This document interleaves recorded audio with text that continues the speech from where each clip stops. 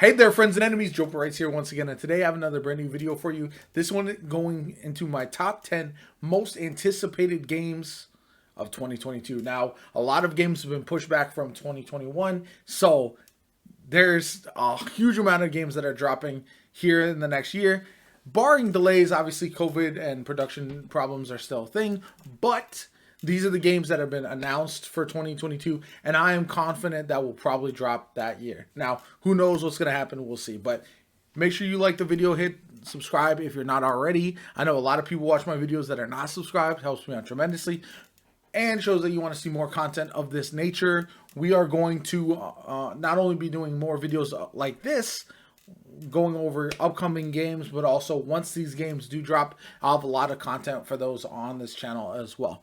Now, as you can see, the very first game I wanted to talk to you about, Gotham Knights. This is going to be a co-op, beat 'em up, Batman style game, but again, you can play with your friends and you can play as any number of characters, which are all going to have different play styles. I'm very excited about this because I've loved the Arkham Knights series, the Arkham series for Batman, and this one looks like it's going to be very, very similar in the way that it plays out. But again, it'll allow you to play with your friends. If the story holds up as well as the other games that we've seen, and the gameplay really takes off, this game is going to be an absolute banger, and I'm really excited about it. Now, this is number 10 on my list. I'm doing a top 10, and it would be higher, but the only problem is I haven't seen enough to really let me know how separate this is going to be from that Arkham Knight series, how different it's going to feel, how it's going to innovate with some of the things that it does. So we'll have to wait and see, but overall, Gotham Knights is one that I'm super stoked about, and I've always wanted all these single-player games that come out, the Batman games, Spider-Man games. I've wanted to play those co-op. I love being able to play with friends, and this will allow me to do so, so I'm pretty excited about that. Now, the second one is going to be a bit of a sleeper. This is going to be something that not a lot of people are going to have on their radar. No, so Eiyuden Chronicle Rising. Now, this is going to be basically a prequel to the full Eiyuden Chronicle game. And for me personally, it's a spiritual successor to Suikoden back from the old PlayStation days, and I am absolutely stoked about that. I cannot wait for these games because they look tremendous from a lot of the developers who made Suikoden, and overall I'm absolutely excited because we need more RPGs in different variety, and this is going to be like a tactical RPG, a traditional JRPG, but you're going to have the 100 character scenario that you had with Suikoden that I really missed, because it really lets you mix and match teams in ways that a lot of games don't, where you only get to pick 3 or 4 or 5 characters and not really have a full stack of like an army-like feel. So I'm excited about this. I think this game is going to be a sleeper hit. Rising is going to be more of a side scroller than the actual full Eiyuden Chronicle, which is releasing in 2023. However, I think this is a perfect way to set up the franchise, to introduce you to various characters and get you excited for the mainline game in the franchise. So I'm ready. I backed this game on Kickstarter. I thought it looked tremendous, and I can't wait to see this one hit, because I think it's going to be, like I said, it's going to be a banger. That was number 9. Number 8. This is a January release, and this is the only Switch game I have on here. And the reason for that is I don't really grind the Switch. My wife plays the Switch more than I do. She loves the Pokemon games. I dabble a little bit. But this Legends Arceus game looks so much fun. Whenever Pokemon innovates and they do something a little bit different, like the Pokemon Coliseum, those kind of games, they really bang, and I feel like this is going to be one that does that as well. This game looks like it's going to be an absolute amazing franchise game in the franchise. Open world Pokemon, not your traditional straight up gym battles type of game, and I feel like that's really exciting. I feel like it's going to provide a bit more flexibility with how you play, and I can't wait to see how it all works out. It looks great. I'm really excited. Now, like I said, this is the only Switch game on my list, and you might be wondering where Breath of the Wild 2 is. I am not sold that Breath of the Wild 2 is going to fully launch in 2022. I'm also not sold that it's going to be launching seamlessly. I think the game potentially could be fantastic, but I need to see more from that one before I full commit.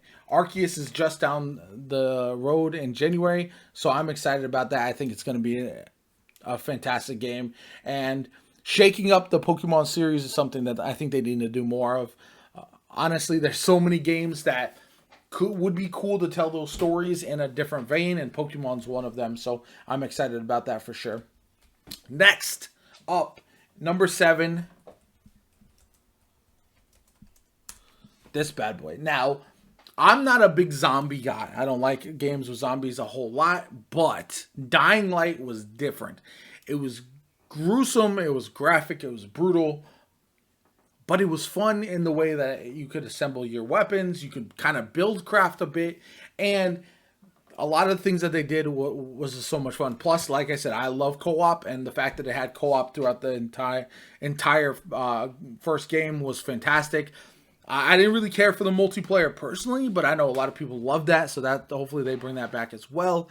But this game is launching soon as well, which is awesome. I think this is going to be a game that I'm going to be investing a lot of time and energy into just because it looks awesome. It's something different from what I normally play.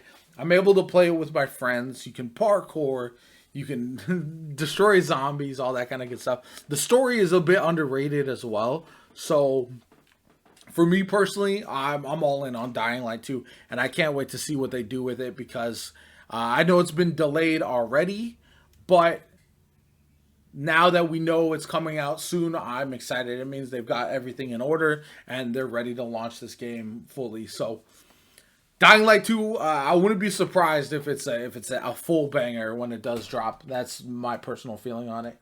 Next up, this is going to be lower on the list than most people have this game, and that's because it's not the type of game I normally play. Elden Ring, I'm not a Souls guy. I was bad at Bloodborne. I'm terrible at these games. But this game, open world, it looks amazing. It's got been helmed and helped out by George R.R. Martin, so I think the story is going to be really, really good. I don't know if it's going to be for me necessarily. That's one thing I'm going to have to wait and see a little bit more than a lot of other people. But I know everyone is hyped about it. And honestly, I will probably end up getting this game and begging my friends to carry me through the hard parts because it looks beautiful. It sounds awesome. A lot of the traits and the history and the lore from what we've seen look tremendous. It's dark. It's brutal. It's gritty. So for that reason, I definitely want to check it out. I just hope that I can not die 1,000 times at the first boss. Maybe it'll be a charity incentive or something like that for me because it's not a game that I typically play, but everyone tends to love to laugh at me when I do struggle through games like this. So maybe we'll put this on the list just so people can kind of make fun of me. One quick note, I did not put the Witch Queen on here as well. I know we're halfway through at this point. I did not put any DLC. These are all the brand new releases that are dropping in 2022. They could be sequels, but I didn't want to put Witch Queen on there, even though that's one of the things I'm most looking forward to, because I wanted to make sure this list was all brand new games that I'm personally excited about. Next up, DC is actually crushing it with what they're potentially dropping. There we go. Oh, whoops. Well, he's in it, but that's not what I was.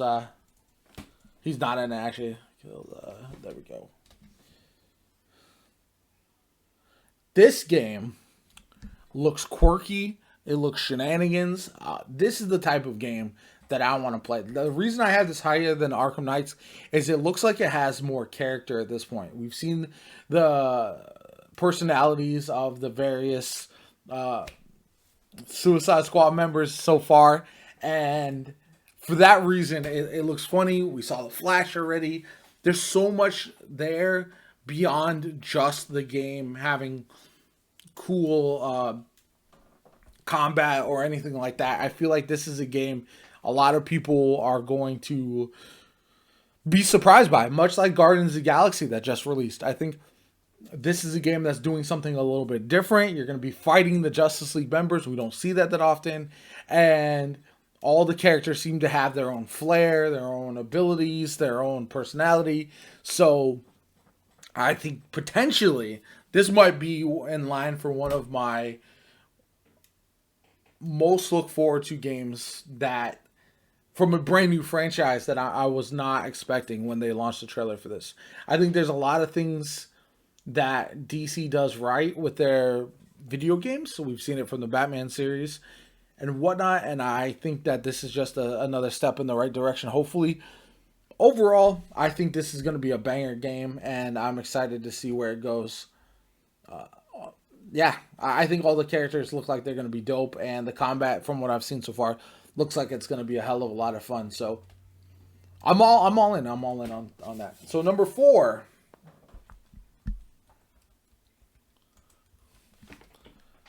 Now, this game looks tremendous. Like, if you were just judging based off of appearance at this point, Forbidden West would be number 1 on this list for me. I think there's been some talk about Aloy and the way she looks and her not being overly sexualized, which I think is good, but also kind of takes away from what we should be talking about with this game, and that is the fact that this is a fantastic franchise now from PlayStation Studios and Guerrilla Games. And I think there's a lot of people that are looking forward to this. Myself included. I think the first game was tremendous. Set up the foundation for a lot of cool things to be discovered. And just the improvements that we've seen from some of the gameplay so far. Like, these enemies look like they're going to be far more intricate, have a lot more unique abilities, and just really be an outstanding entry in this franchise that a lot of people are looking forward to. I'd imagine this game is going to ultimately be this franchise is going to be a trilogy, but we'll have to wait and see on that. That being said, I think this is a game. If you like single player games, you're going to love this. Again, this would probably be a bit higher on my list if it was co-op, just because that's more my style. Although my number 1 game on this list is a single player game, so I can't really say much about that. Now, the next one doesn't have a firm release date, but you're going to notice a trend. I love superhero games.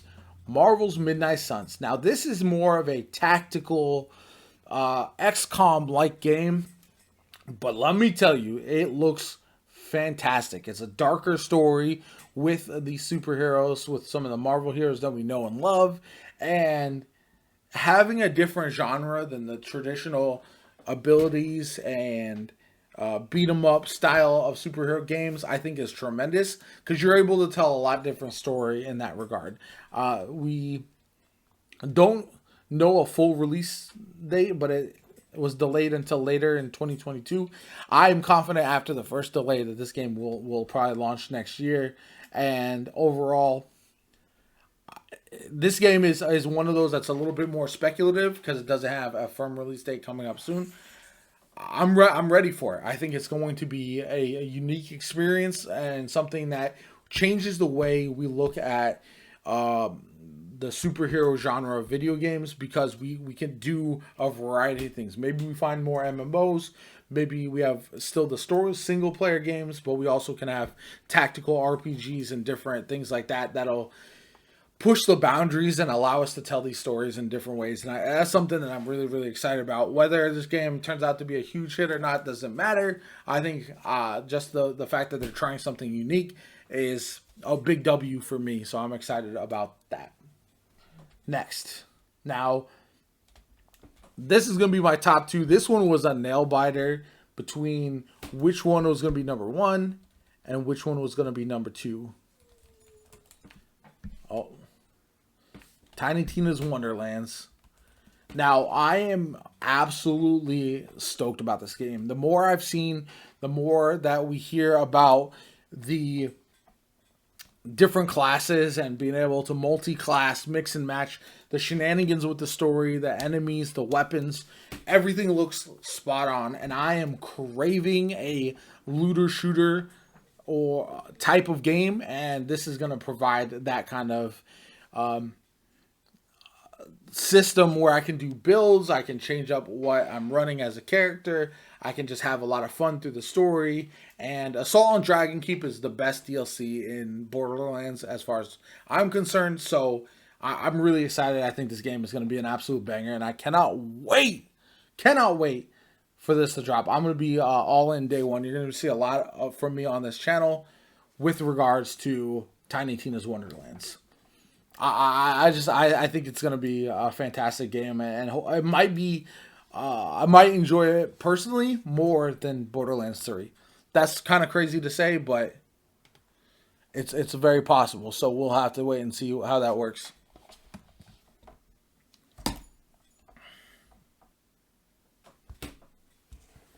And sorry about that. Now, some honorable mentions. Like I said, Starfield. That's one a lot of people are excited about. Me personally, I don't know. I haven't seen enough. I haven't seen the gameplay to know.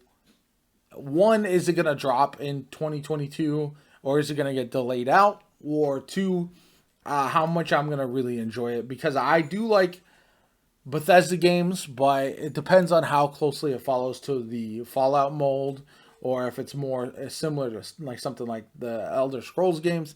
I'll have to wait and see. Another one that I'm really excited about, but since they just announced that it got delayed, I didn't feel comfortable putting on this list because I wouldn't be surprised if it's early 2023, is Final Fantasy 16. That's a game I'm really stoked about. The initial trailer looked tremendous. I think Square Enix has learned its lesson from some of the mistakes of Final Fantasy 15, and this one will be much improved, and I'm really excited about that. The last one is the Stranger of Paradise Final Fantasy game.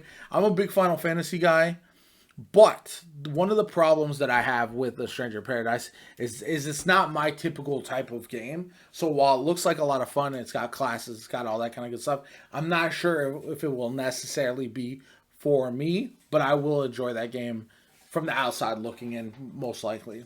And finally, this is the one that I know some people are not sure if it's going to launch in 2022, but I am absolutely positive that it will, and it's the sequel to my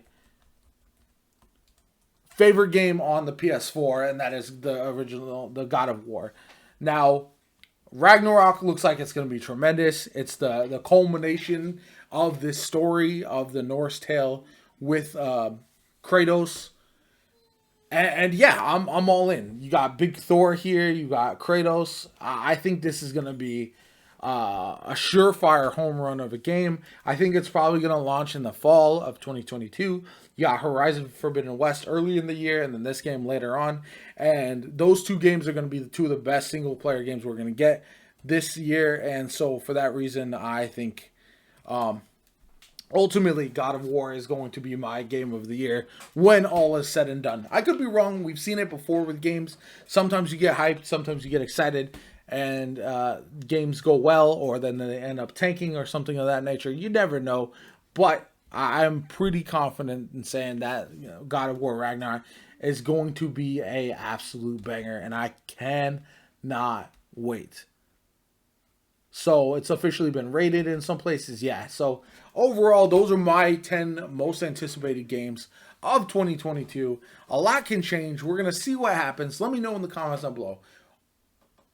Are you looking forward to these games? Are there any games that I missed, that I didn't put on my list, that you think is blasphemous, that is a disgrace, or whatever the case may be? I'm sure you'll let me know in the comments. Are there any games that you're excited about that might be under the radar, might be a little bit of a sleeper hit? Anyway, my name is JoPaWrites. I hope you enjoyed the video, and I'll catch you all later.